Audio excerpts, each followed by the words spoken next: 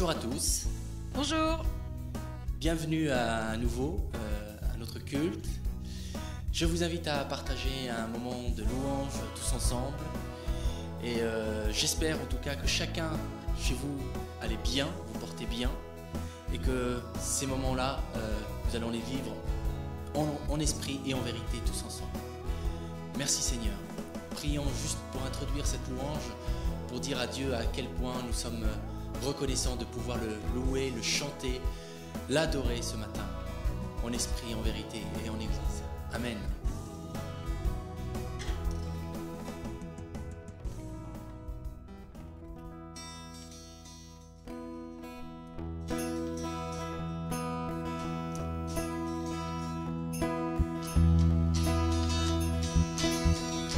Je ne peux que te dire merci du profond de mon cœur.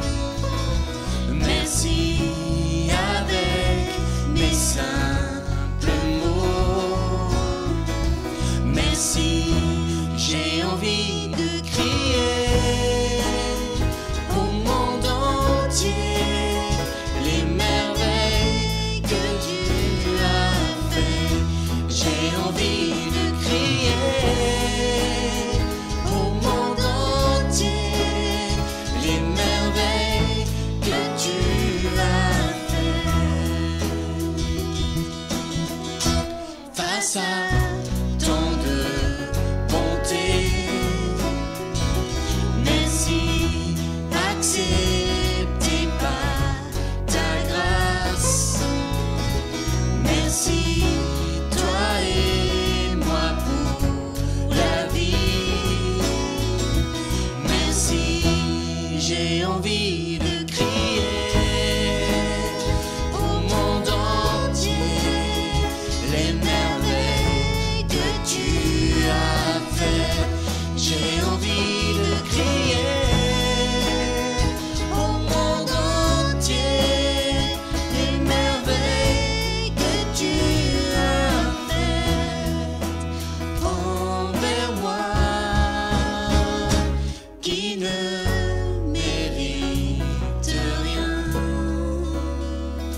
qui ne mérite rien.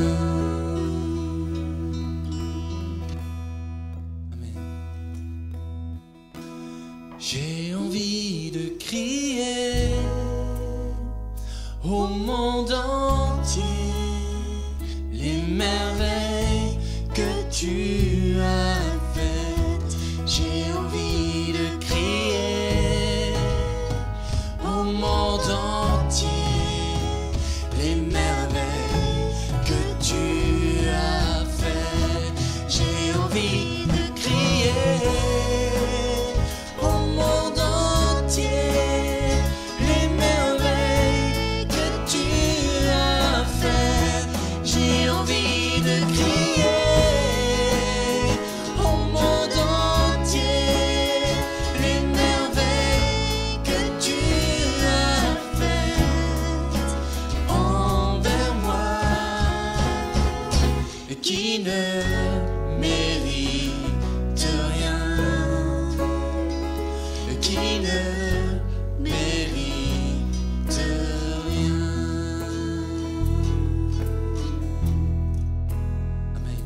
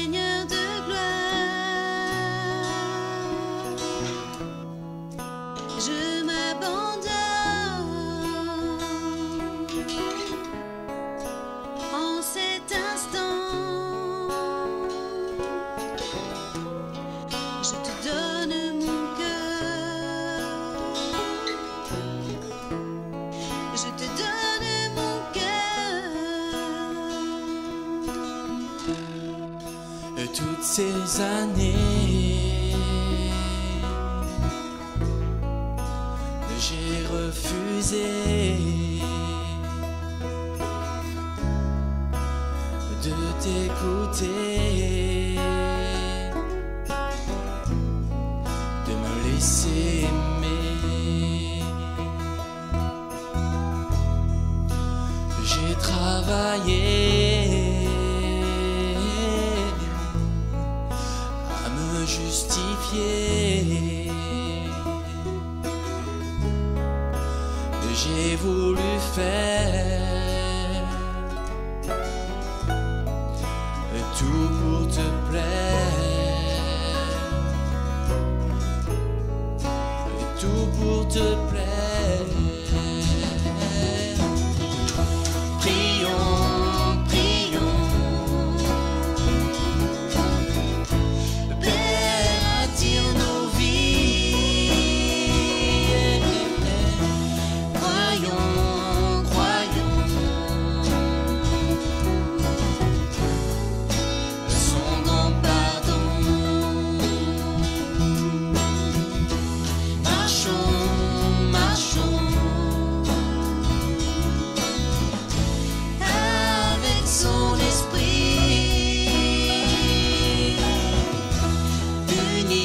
Unissons-nous, recevons sa vie.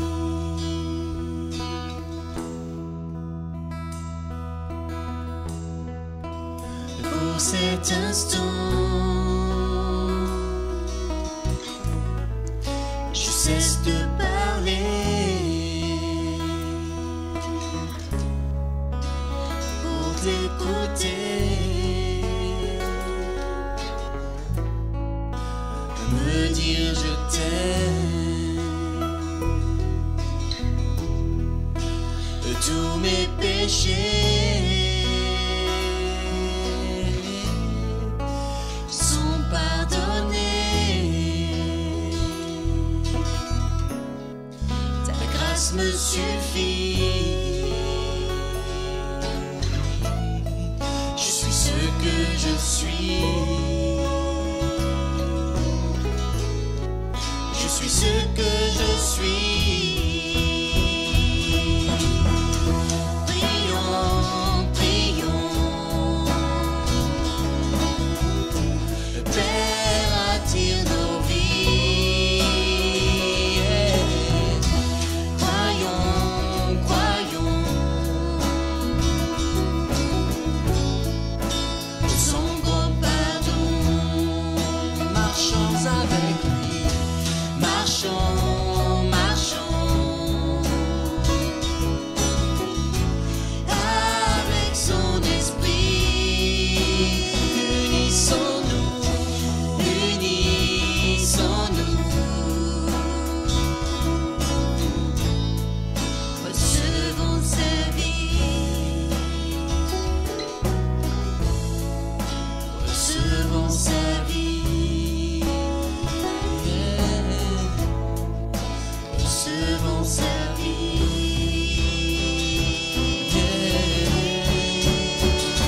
sa vie.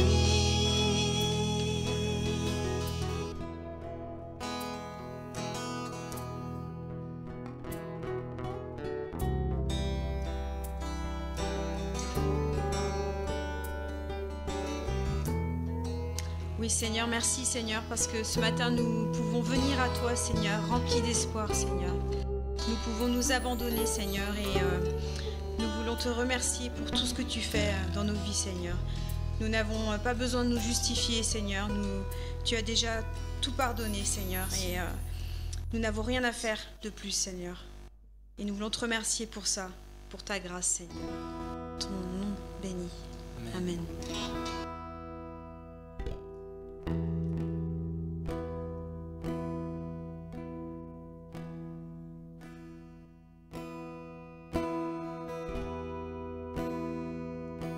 tu m'as ébloui par tes mélodies,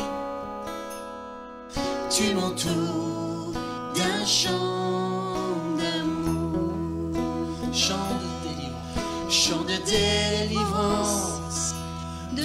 mes ennemis. Toutes mes craintes s'enfuient. Tu m'as ébloui, tu m'as ébloui par tes mélodies. Tu m'entoures d'un chant d'amour, Chant de délivrance devant mes ennemis. toutes mes craintes s'enfuient.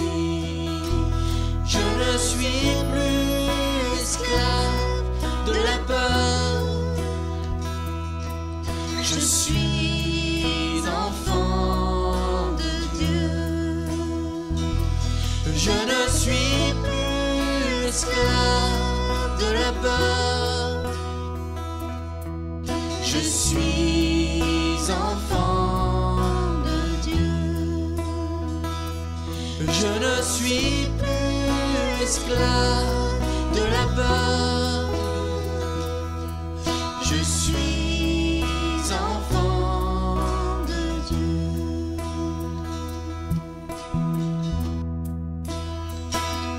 Avant ma naissance, tu m'avais choisi, Appelé par mon nom, tu m'as adopté, je suis de ta famille. ton sang Coule dans mes veines. Je ne suis plus esclave de la peur. Oh, Je suis enfant de Dieu. non, je ne suis Je ne suis plus esclave de la peur. Je suis enfant de Dieu. Je ne suis plus esclave de la peur. Je suis enfant de Dieu. Amen.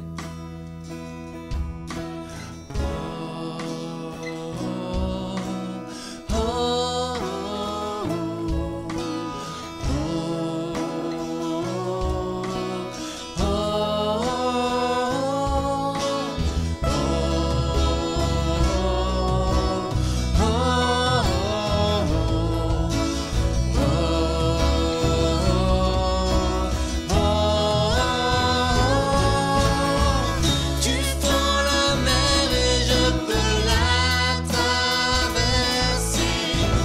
Mes peurs se noient dans ton amour. Tu m'as sauvé, alors je peux chanter. Je suis enfant de Dieu. Tu fends la mer, tu fends la mer et je peux la traverser.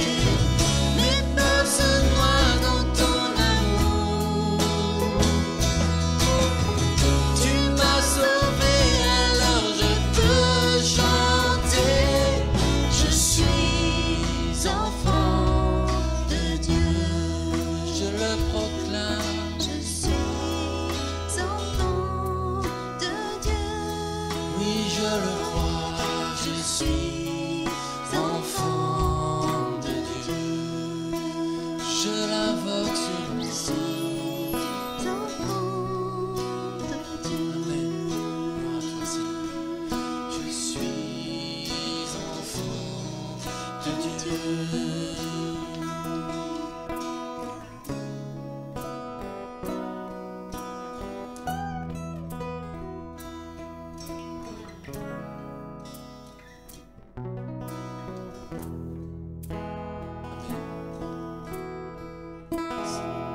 Gloire à toi, mon Dieu. Toute louange te soit, Seigneur, adressée ce matin. Sois élevé, Seigneur, au-dessus de tout nom, Seigneur. Dessus, Seigneur, de toute domination, Seigneur, ce matin. Sois élevé, Seigneur. Gloire à toi, Seigneur. Toute louange t'appartient, Seigneur, ce matin. Tu es digne, Seigneur, d'être adoré. Amen.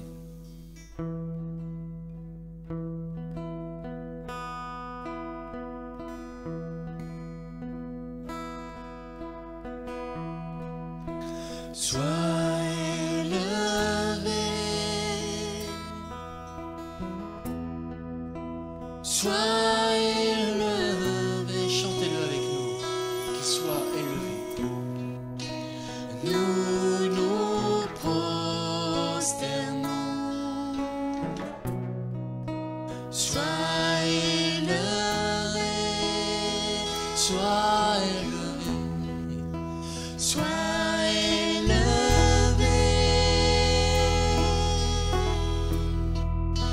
sois élevé. Nous nous prosternons. Sois élevé, sois élevé,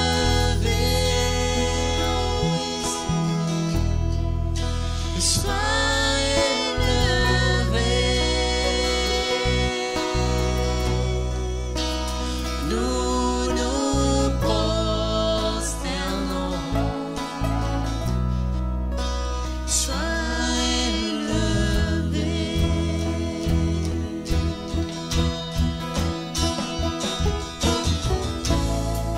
Que les cieux se réjouissent, que les nations chantent, que la terre entière tremble, car tu es Dieu. Viens louer le Seigneur dans la beauté de sa splendeur.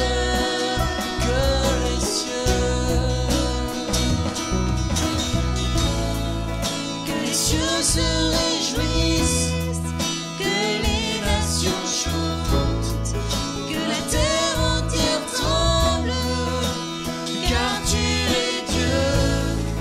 Viens louer le Seigneur dans la beauté de sa splendeur. Nous nous prosternons. Sois élevé. Nous nous prosternons.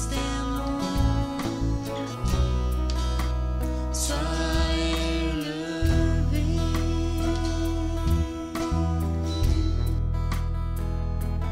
Sois élevé, Seigneur. Toute adoration, Seigneur, te soit rendue, Seigneur, ce matin. Que toute, Seigneur, nos louanges, Seigneur, te soient agréables, Seigneur, ce matin. Que tu puisses les agréer, Seigneur.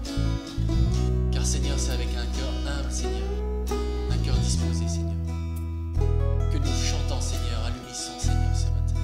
Que ton nom soit élevé, Seigneur, au-dessus de tout. Amen. Reprenez avec moi. Sois élevé, Seigneur. Sois élevé. Sois élevé. Sois élevé.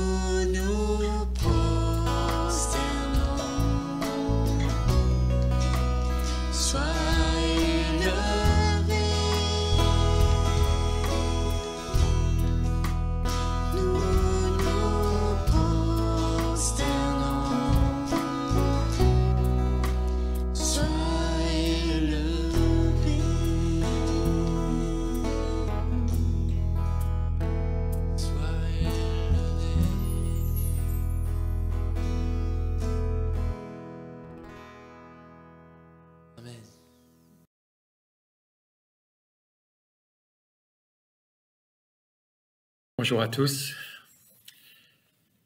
Ça fait plaisir de se retrouver ce matin, tous ensemble, même si c'est à travers les médias interposés, à travers caméras interposées. Mais nous voulons nous poser à l'écoute de la parole de Dieu, devant le Seigneur, et voir ce qu'il a à nous dire ce matin, peut-être personnellement. Alors attention, je vais vous lire une parole de Jésus qui n'est pas forcément claire dès le premier abord. Mais j'ai confiance qu'elle le deviendra pendant ce message. Écoutez bien ce qu'a dit Jésus. La destinée de votre vie peut en dépendre. Vous êtes prêts? Voici ce qu'il a dit et qui nous est retransmis au chapitre 5 de l'évangile de Matthieu, au verset 17. Ne croyez pas que je sois venu pour abolir la loi et les prophètes. Je suis venu non pour abolir, mais pour accomplir. Il continue au verset 20. Si votre justice ne dépasse pas celle des spécialistes de la loi et des pharisiens, vous n'entrerez pas dans le royaume des cieux. Vous avez appris qu'il a été dit aux anciens, tu ne commettras pas de meurtre. Celui qui commet un meurtre mérite de passer en jugement. Mais moi, je vous dis, tout homme qui se met en colère contre son frère mérite de passer en jugement. Celui qui traite son frère d'imbécile mérite d'être puni par le tribunal, et celui qui le traite de fou mérite d'être puni par le feu de la géhenne. Si donc tu présentes ton offrande vers l'autel, au temple, et que là tu te souviennes que ton frère a quelque chose contre toi, laisse ton offrande devant l'autel et va d'abord te réconcilier avec ton frère, puis viens présenter ton offrande. Mets-toi rapidement d'accord avec ton adversaire, pendant que tu es en chemin avec lui, de peur qu'il ne te livre au juge, que le juge ne te livre à l'officier de justice et que tu ne sois mis en prison. Je te le dis en vérité, tu n'en sortiras pas avant d'avoir remboursé le dernier centime. Ce passage est tiré du Sermon sur la montagne, certainement le plus connu des discours de Jésus. Il y enseigne ses disciples sur ce qu'est le royaume de Dieu, le royaume des cieux, et ce qui caractérise ceux qui en font partie. Mais il n'y a pas que les disciples autour de lui, la foule est là aussi, juste autour, pour écouter ce que ce jeune rabbin qui commence à être populaire dans la région, ce qu'il a à dire, lui qui est si différent des autres. Que vous soyez disciple de Jésus, ou simplement quelqu'un qui veut savoir ce que Jésus a dit, ce qu'il avait à dire, le Sermon sur la montagne est le plus haut, en tout cas un des plus hauts sommets de l'enseignement de Jésus. Il s'adresse à nos cœurs, jusqu'à nos motivations profondes, jusqu'aux orientations fondamentales et intimes de nos vies. Quelques siècles auparavant, Moïse avait reçu la loi de Dieu au mont Sinaï, dont les fameux 10 commandements. Puis, il l'avait transmise au peuple d'Israël, afin qu'ils vivent selon ses régulations. Le résultat a été très mitigé, voire assez négatif, en grande partie parce que c'était quelque chose qu'ils vivaient comme leur étant imposé. Cela ne venait pas vraiment de leur désir à eux.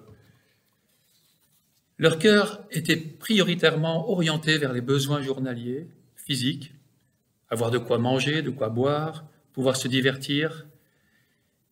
Des choses simples et pas mauvaises en elles-mêmes, mais qui passaient avant Dieu dans leurs préoccupations. Et le fait que la relation avec Dieu n'était pas leur priorité a été la cause de bien des soucis dans l'histoire de ce peuple. Mais Jésus, il vient transformer la donne. Il est le Fils de Dieu lui-même, qui vient non seulement expliquer la vraie teneur des lois du royaume, mais aussi pour les accomplir parfaitement dans sa vie, puis dans les personnes qui le reçoivent. Car les paroles de Jésus ne sont pas de simples recettes qu'il faut suivre, elles cherchent plutôt à provoquer une prise de conscience sur notre attitude et sur notre besoin radical de transformation intérieure. Si parfois ces paroles paraissent simples, elles sont souvent au premier abord énigmatiques. Cela pour nous faire réfléchir. Et si on commence à réfléchir à ce qu'il dit, on se retrouve soudain à analyser notre propre cœur, à analyser la teneur réelle de notre relation avec Dieu et avec notre prochain. Ainsi, il commence le sermon sur la montagne par ces non moins fameuses béatitudes et cette déclaration au début du chapitre 5, « Heureux les pauvres en esprit, car le royaume des cieux est à eux. » La traduction Nouvelle Français courant dit, la première partie, « Heureux ceux qui sont humbles de cœur. » Cela paraît simple, on comprend les mots qu'il veut dire, « Heureux les pauvres en esprit, car le royaume des cieux est à eux. » Mais que veut-il dire en fait? Cette phrase pose des questions, n'est-ce pas? Être heureux et pauvre, n'est-il pas contradictoire? Qu'est-ce que le royaume des cieux? Comment se fait-il que ce royaume puisse appartenir à ceux qui sont pauvres en esprit? Ce n'est pas pour rien que Jésus commence tout ce grand sermon sur la montagne par cette déclaration que nous venons de lire. Il s'agit en quelque sorte de l'attitude de départ pour entrer dans la vie du royaume des cieux. Jésus voulait certainement dire par là que nous entrons dans le royaume des cieux d'abord en reconnaissant notre dénuement, notre besoin fondamental et absolu de Dieu, sans qui nous ne sommes rien, car tout vient de lui. Les pauvres en esprit sont ceux qui se reconnaissent tels qu'ils sont dans leurs manques et leurs échecs, dans leurs faillites même, et qui placent leur confiance en Dieu pour les combler et les purifier. Ils reconnaissent qu'ils n'ont rien à apporter, comme des petits enfants. Et alors, surprise des surprises, Dieu leur donne son royaume. Oui, c'est ainsi qu'ils sont vraiment heureux dans leur pauvreté et dans leur dépendance de Dieu. Ce royaume dans lequel nous sommes appelés à entrer, le royaume des cieux, n'est pas un royaume géographique, on ne peut pas prendre la voiture et s'y rendre ou y aller à pied. L'expression « royaume des cieux » est équivalente dans l'évangile de Matthieu au royaume de Dieu, et un royaume qui est, dans un premier temps, spirituel. Le temps vient où ce royaume sera total, visible, et englobera tous les domaines de la vie physique et spirituelle. Mais ce royaume a déjà commencé pour tous ceux qui s'ouvrent au règne de Dieu dans leur vie. À ce sujet, nous retrouvons un verset cité en introduction, Matthieu 5, 20. « En effet, je vous le dis, si votre justice ne dépasse pas celle des spécialistes de la loi et des pharisiens, vous n'entrerez pas dans le royaume des cieux. » La justice dont il est question ici, notre justice qui doit aller au-delà de celle des spécialistes de la loi, c'est la conduite, la façon d'être et de faire que Dieu approuve. Et cela dans des termes relationnels. Cette justice ne se vit pas tout seul. Elle est la recherche du bien de l'autre, en particulier lorsque l'autre est en situation de faiblesse, comme pouvaient l'être la veuve, l'orphelin, l'étranger et le pauvre, qui sont défendus tout au long de l'Ancien Testament. La justice des spécialistes de la loi et des pharisiens ne correspondait pas à ce que Dieu demandait. Ils la recherchaient pour eux-mêmes, en cherchant à se justifier par les règles qu'ils suivaient, qu'ils avaient tirées de la loi et qu'ils prétendaient vivre. Mais ces règles étaient placées avant les personnes pour lesquelles Dieu les avait données.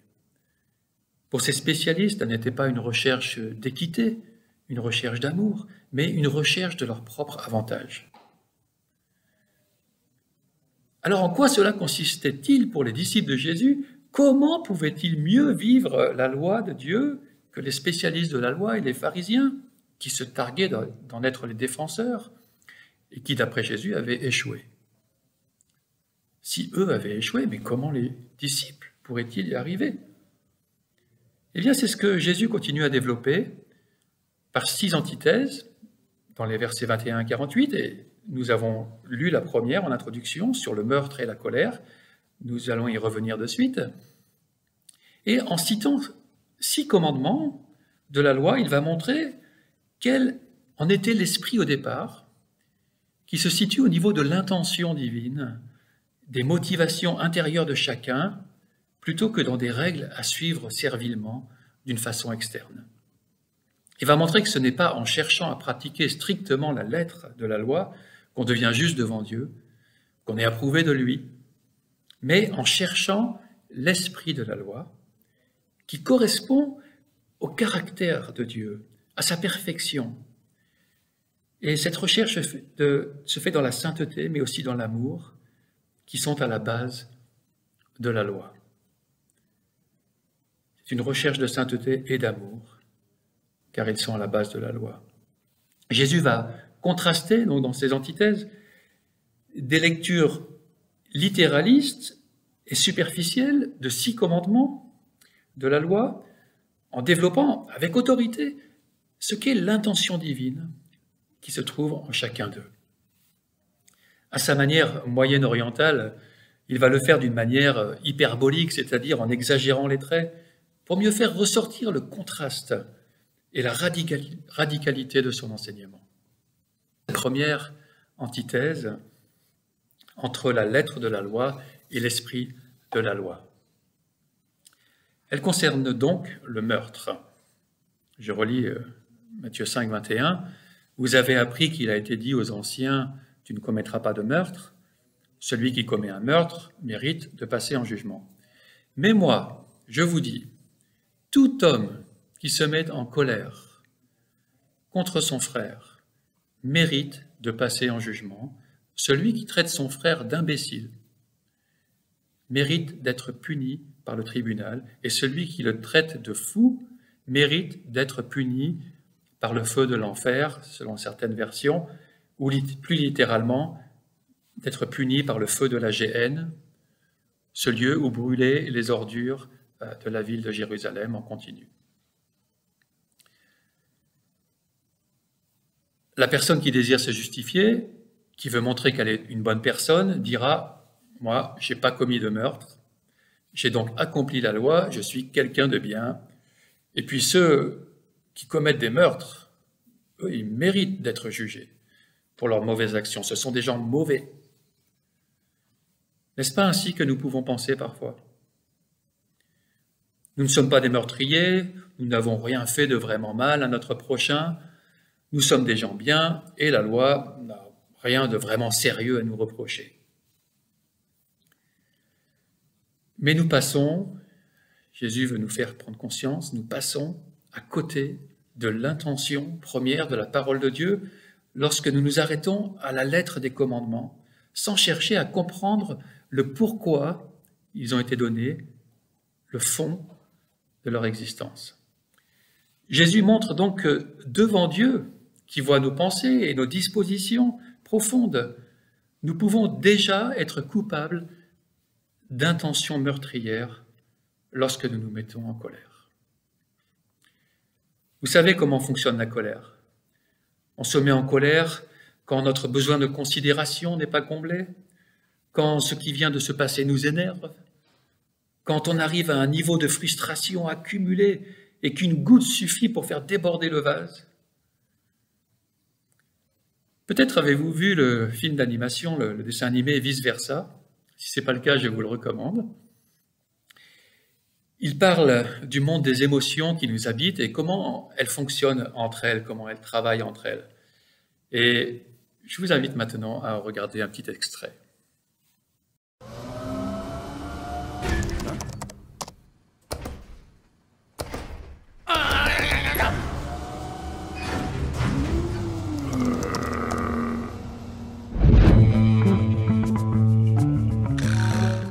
Riley, finis ton assiette ou tu seras privé de dessert. Quoi? Pas de dessert? Non mais attends, il est sérieux lui? Voilà colère. Il est très à cheval sur la justice et l'impartialité. Ah ouais, alors c'est comme ça que tu le prends, moustache. Pas de dessert donc. Eh ben tu l'auras voulu, on va te la finir dans l'assiette. Mais c'est surtout toi qui vas déguster! Riley, regarde le petit avion. Un avion, on a un avion, un avion. Un avion. Waouh. Alors, comment s'est passé ce premier jour d'école? Bien. Enfin, je crois. Oh, je sais pas trop. Vous êtes-vous déjà demandé ce qui pouvait se passer dans la tête de quelqu'un? Vous avez vu ce que j'ai vu? Absolument, oui. Il y a un truc qui cloche. Il faut analyser ça de plus près. Mais on a besoin de renfort. Envoyez un signal au mari.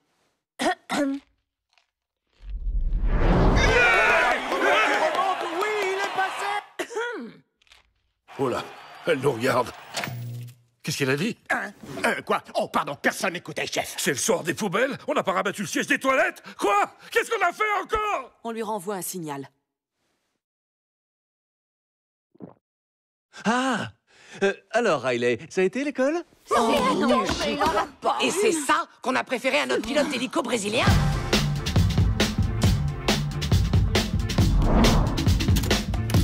Tout s'est bien passé, ok? Mais qu'est-ce que t'as fait? T'avais dit qu'il fallait la jouer cool. Riley, ça va? Tu es sûr? Chef, elle vient de lever les yeux au ciel, chef. Très bien, salve d'intimidation avant de devoir taper du poing sur la table. Oh non, pas de violence. Riley, je n'aime pas du tout ce genre d'attitude. Ah, t'aimes pas ça? Tu vas te Non, servir. non, respire. C'est quoi ton problème? Laisse-moi tranquille. Niveau d'insolence critique, chef. Déclenchez le plan Vigifurax 2. Vigifurax 2. Attention Riley, si tu continues à répondre sur ce ton-là, je vais me fâcher. T'en redemandes, papa? Quoi? Moi? Mais... Armez le poing. Double clé en position. Paré à taper du poing sur la table. Ça suffit. Monte dans ta chambre. C'est où qu'on commande? C'est ici qu'on commande. Bien joué, bravo messieurs, on est passé à 2 doigts de la catastrophe. C'est une catastrophe. Assez explicite, n'est-ce pas? Alors, il est vrai que le contexte familial est un peu particulier, alors que nous parlons plutôt de la colère en général.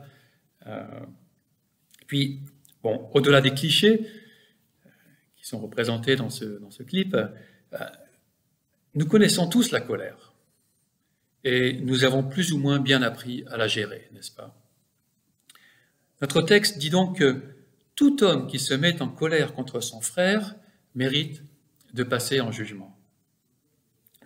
Jésus ne va-t-il pas un peu trop fort, là? Est-ce qu'il n'exagère pas un peu? Et même face à ce qui paraît être une affirmation exagérée, des copistes du texte semblent d'ailleurs avoir voulu nuancer le propos, car dans certains manuscrits, les mots « sans raison » ont été rajoutés, ou « sans cause » au mot « colère », et on les trouve entrecrochés dans certaines de nos Bibles. Et ça lit ainsi « Tout homme qui se met sans raison ou sans cause en colère contre son frère mérite de passer en jugement ». C'est vrai que dans la Bible, il y a des colères qui sont justes, des colères légitimes, des colères contre l'injustice, contre l'exploitation des personnes. Et la colère de Dieu fait partie de ces saintes colères. Mais ce n'est pas de cela dont Jésus parle ici. Il parle de la colère qui veut éliminer l'autre, qui veut éliminer la personne, qui nous frustre ou qui nous énerve. Il ne faut pas chercher à atténuer la radicalité des propos de Jésus qui cherche justement à provoquer la réaction, à provoquer la réflexion. Lorsque nous traitons quelqu'un d'imbécile, littéralement de raca, de tête vide, de bon à rien, nous nions sa qualité de frère et de créature à l'image de Dieu. C'est une attitude de mépris qui cherche à réduire à néant, qui cherche à réduire l'autre à néant, à rien. Pour Dieu, c'est déjà un homicide. Si tu veux que quelqu'un disparaisse de ton paysage, tu as déjà commis un meurtre. Il en va de même lorsque nous traitons quelqu'un de fou, un mot qui est traduit encore par insensé, stupide ou idiot. Alors, oui, Jésus utilisera lui-même ce mot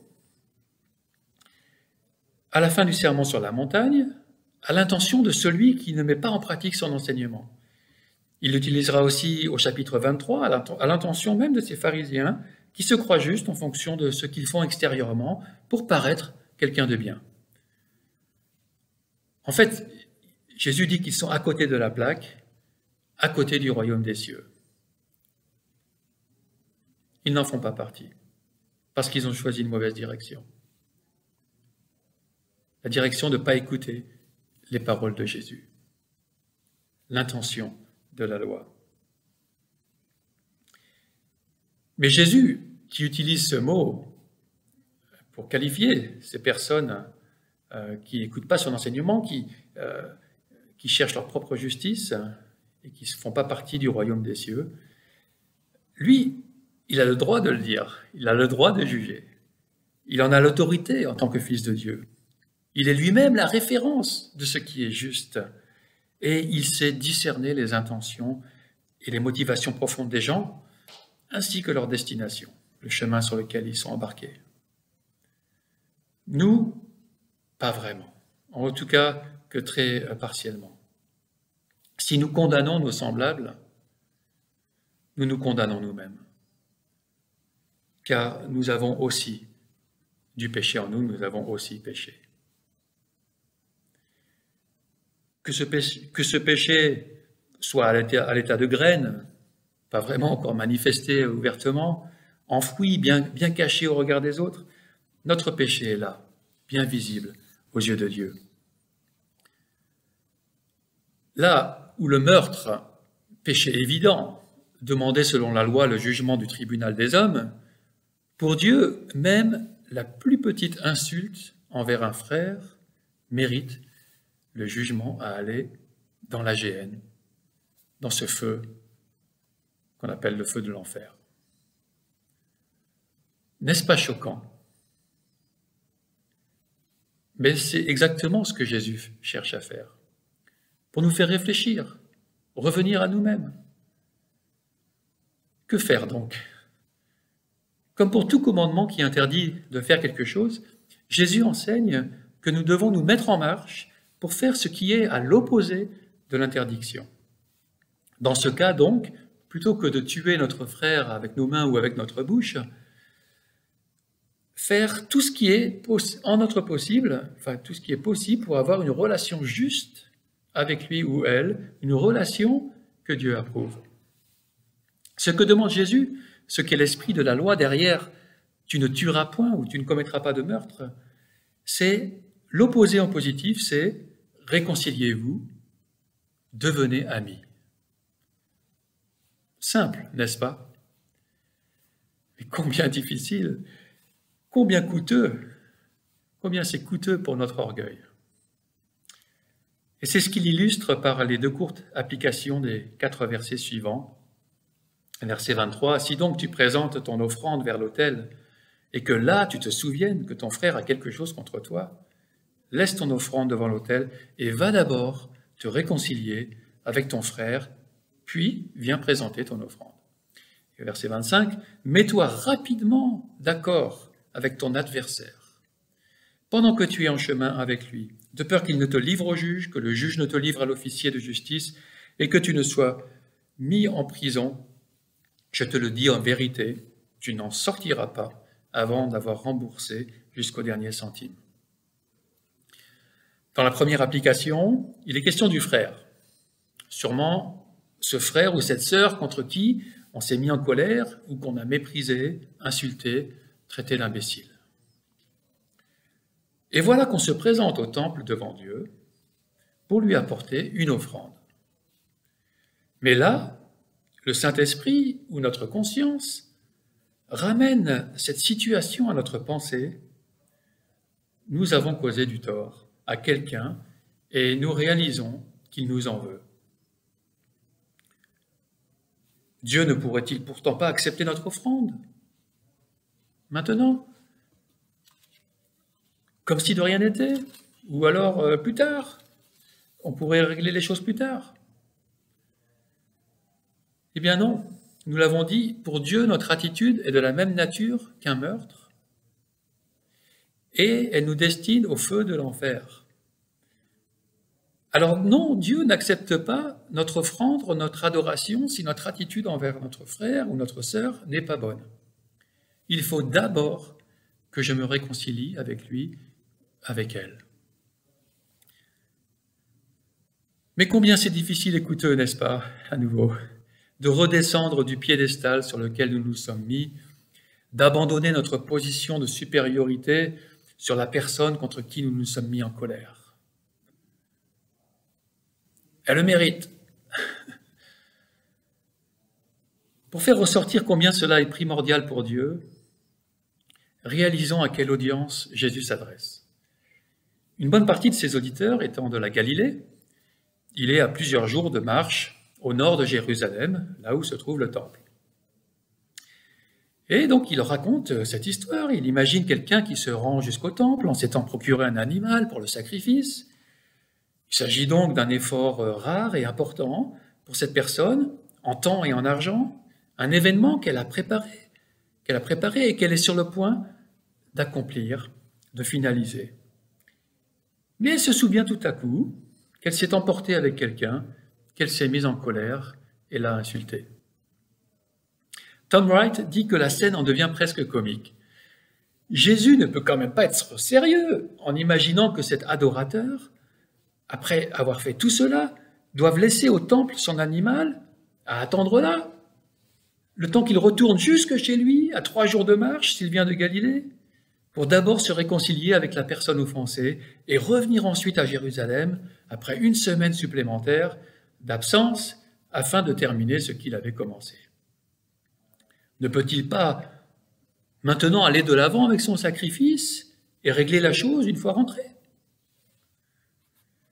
Comme c'est souvent le cas dans son enseignement, Jésus, il utilise des situations extrêmes pour faire comprendre un principe important. Il exagère les traits de l'histoire pour mieux faire ressortir la radicalité de son enseignement. Et son enseignement, c'est qu'on ne vient pas à Dieu sur la base de l'apparence, en accomplissant des actes externes par lesquels on penserait devenir juste, approuvé de Dieu. Cela, il l'appelle l'hypocrisie. On vient à Dieu sur la base du cœur, dans l'humilité et la reconnaissance de nos fautes. Même nos fautes envers notre prochain. On ne vient pas à Dieu indépendamment de notre relation avec le prochain. Rien ne sert d'accomplir un geste que demande la loi en amenant un sacrifice au temple, si avant cela nous avons enfreint le 2e grand commandement de la loi en n'aimant pas notre prochain, ce commandement qui accomplit la loi, nous dit le Nouveau Testament. Ce commandement de l'amour qui accomplit la loi. On ne peut accomplir la loi en apparence seulement. Dans la 2e application, il est question d'un adversaire qui veut nous amener au juge pour nous faire condamner. Jésus ne dit pas ce qu'on a fait pour mériter cela, c'est sûrement encore lié à notre colère ou à une insulte que nous aurions proférée. Mais là encore, il ne faut pas espérer gagner devant le tribunal. Nous serons condamnés car notre adversaire semble avoir une bonne raison d'arriver à ses fins et de nous faire pourrir en prison. Puisque nous n'avons pas voulu nous mettre d'accord avec lui dans le sens de revenir à de bonnes intentions envers lui, à une bonne disposition, dans un esprit de paix, alors il va nous le faire payer jusqu'au dernier centime. Il est bien possible, en plus, que Jésus laisse sous-entendre qu'on va rester longtemps en prison, car on n'aurait pas, en fin de compte, les moyens de payer notre dette qui doit être réglée jusqu'au plus petit centime.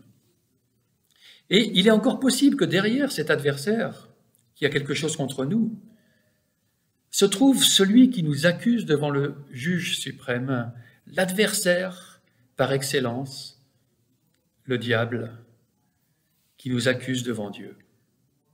Il se trouve que c'est précisément ainsi qu'il est qualifié par l'apôtre Pierre dans sa première lettre, qui dit au chapitre 5, verset 8, « Votre adversaire, le diable, rôde comme un lion, rugissant, cherchant qui dévorer. » C'est exactement le même mot « adversaire » dans le texte original. Le diable va utiliser la moindre de nos fautes pour nous accuser devant Dieu. Et vous savez quoi? Il aura la loi pour lui. Cette loi qui nous condamne, car nous n'avons pas aimé notre prochain. Alors j'espère que, comme moi, vous vous dites maintenant, si l'esprit de la loi va jusqu'au fond des motivations, jusque dans les pensées et les intentions, alors je suis foutu. Il n'y a pas d'espoir, n'est-ce pas? Car non seulement j'ai eu des mauvaises pensées envers mon frère ou ma sœur, par jalousie, par orgueil, par esprit de revanche, mais en plus il y a plein de situations où je ne peux même pas me réconcilier. Car où la personne ne veut rien savoir, et elle m'en veut encore, ou elle n'est plus là, ou c'est trop ancien. Oui, qui que nous soyons, en fin de compte, la loi nous condamne. Et même, je le crois, avec ce seul commandement de « tu ne commettras pas de meurtre », en tout cas dans son essence. Et si nous rajoutons à cela l'esprit de la loi derrière les commandements qui suivent, que Jésus va utiliser dans les autres antithèses, comme l'adultère, le mensonge, la convoitise, nous avons donné au diable assez de charges pour son accusation, n'est-ce pas? Nous sommes coupables d'avoir transgressé la loi de Dieu bien des fois. Heureusement, il y a quand même, sinon Jésus ne serait pas venu, il est venu pour ça, il y a une possibilité de s'en sortir. Et c'est seulement à travers cette possibilité que notre justice, qui ne vient pas de nous, pourra dépasser celle des pharisiens. Jésus est venu accomplir la loi pour nous. Il est venu accomplir l'esprit de la loi en mourant pour nous, en prenant notre condamnation sur lui pour que nous soyons réconciliés avec Dieu, si nous le désirons. Il a pris sur lui les accusations que le diable avait contre nous. Et en acceptant cette grâce qui nous est offerte, nous n'avons plus besoin d'aller en prison pour rembourser une dette que nous n'avons pas les moyens de rembourser. Et non seulement Dieu nous accorde sa grâce, mais il nous accorde son esprit qui nous apprend à vivre selon l'esprit de la loi. Pour terminer, revenons sur la façon dont Jésus dit ces choses positives qu'il demande de faire dans ces deux histoires. Je les rappelle, il dit « Va d'abord te réconcilier avec ton frère, puis viens présenter ton offrande, et puis mets-toi rapidement d'accord avec ton adversaire. » Cela, c'est l'esprit de la loi, la justice qui s'accomplit dans l'amour de Dieu et une relation juste avec le prochain. Donc si on ne veut pas en arriver à nous mettre en colère et à insulter notre frère, encore moins le tuer, soyons sensibles à toute animosité qui se pointe en nous, à tout ressentiment qui, en se développant, pourrait nous empoisonner et se déverser sur lui. Car voici ce qu'a dit à ce sujet Jacques, qui est probablement le frère de Jésus, au premier chapitre de sa lettre, verset 19. « Ainsi donc, mes frères et sœurs bien-aimés, que chacun soit prompt à écouter, lent à parler, lent à se mettre en colère, car la colère de l'homme n'accomplit pas la justice de Dieu. » Et c'est pourquoi l'apôtre Paul a un conseil à donner si nous nous sommes mis en colère. En Éphésiens 4, 26, « Si vous vous mettez en colère, ne péchez pas.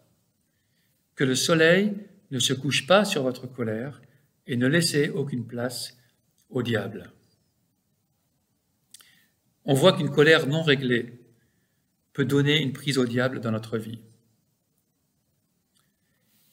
Lui dont Jésus dira justement qu'il est meurtrier.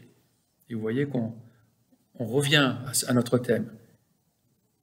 Il est meurtrier depuis le commencement, et c'est à ça qu'il veut arriver en utilisant notre colère. Ne le laissons pas encourager notre rancune ou notre animosité, car elles vont pourrir la vie de tout le monde, la nôtre en particulier. Réconcilions-nous, passons sur les offenses, si besoin, comme Dieu est passé sur la nôtre, envers lui. Ainsi dit John Stott, brouille et rupture ne doivent pas s'installer et encore moins croître en nous. Ne repoussons pas le règlement d'un litige. Ne permettons pas au soleil de se coucher sur notre colère. Dès que nous sommes conscients d'une interruption dans la relation, prenons l'initiative de la rétablir, de nous excuser pour le tort que nous avons fait, de régler nos dettes, de dédommager la personne que nous avons lésée. Voici les instructions extrêmement pratiques que Jésus tire logiquement du 6e commandement. Si nous voulons éviter de commettre ce qui, aux yeux de Dieu, est un meurtre, nous devons faire toutes les démarches positives possibles afin de vivre dans la paix et l'amour avec tous les hommes. Je dois dire que préparer ce message m'a fait réaliser que je n'ai pas toujours réussi à vivre à la hauteur de ces exigences-là. J'ai failli bien des fois. Il y a des situations derrière moi que je n'ai pas réglées, et sûrement d'autres dont je ne suis même pas conscient, et qui pourtant ont sûrement blessé des personnes.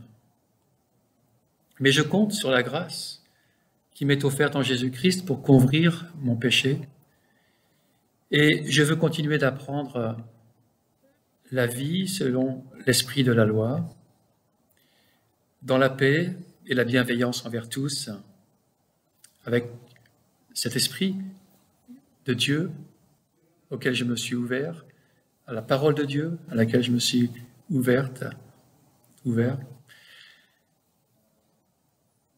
L'esprit du royaume de Dieu, c'est rechercher le bien de notre prochain, de notre frère, de notre sœur, de notre conjoint, même lorsqu'il ou elle nous a fait du mal. C'est prier pour lui, pour elle, et être en paix avec eux autant que cela dépend de nous. Alors seulement, nous pourrons nous présenter devant Dieu avec une adoration qui lui est agréable. Et en fin de compte, je trouve cela vraiment magnifique, cette pureté du cœur, cet amour véritable auquel le Seigneur nous appelle à vivre dans son royaume. Cela montre son propre cœur, la nature de ce qu'il est lui-même, et qui nous veut dans cette communion parfaite avec lui et les uns avec les autres. N'est-ce pas ce à quoi nous aspirons, en fin de compte, profondément? Mais le Seigneur fait cette œuvre en nous. Ouvrons-nous à son œuvre. C'est notre destinée si nous le désirons. Il en a ouvert le chemin en Jésus-Christ, la possibilité de pouvoir entrer dans cette justice qu'il demande. Ce chemin ouvert en Jésus-Christ, lui qui a été crucifié, ressuscité, pour que nous soyons purifiés, rendus justes, approuvés par Dieu et transformés. Loué soit notre Dieu. Je vous invite à prier.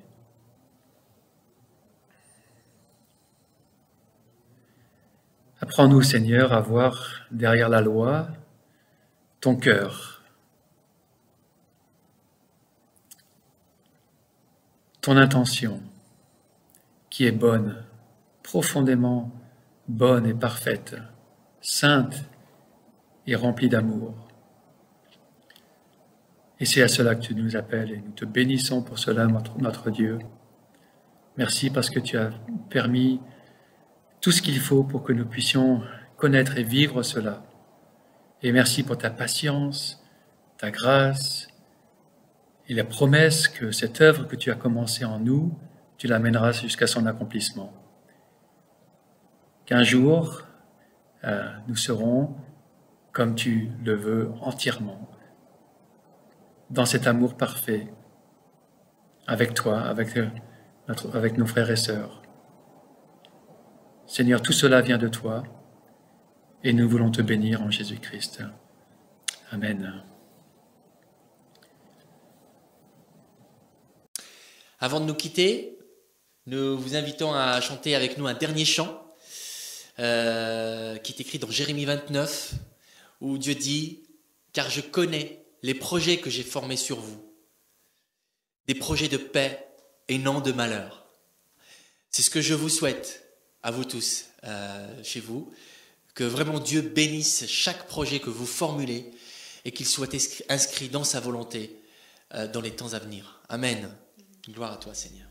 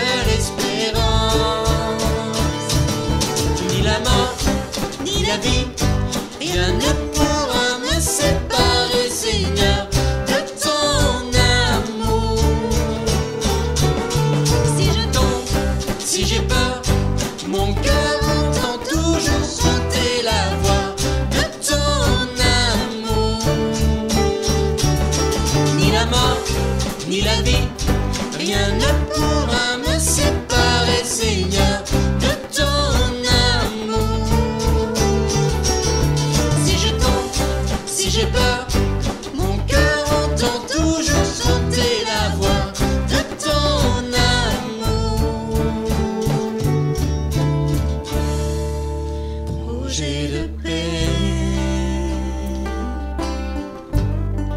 et non de malheur. Projet de paix et non de malheur.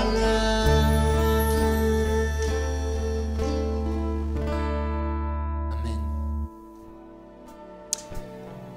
Bonne semaine à tous. Que Dieu vous accompagne pendant toute la semaine.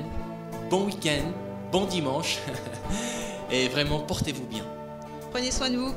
À dimanche prochain.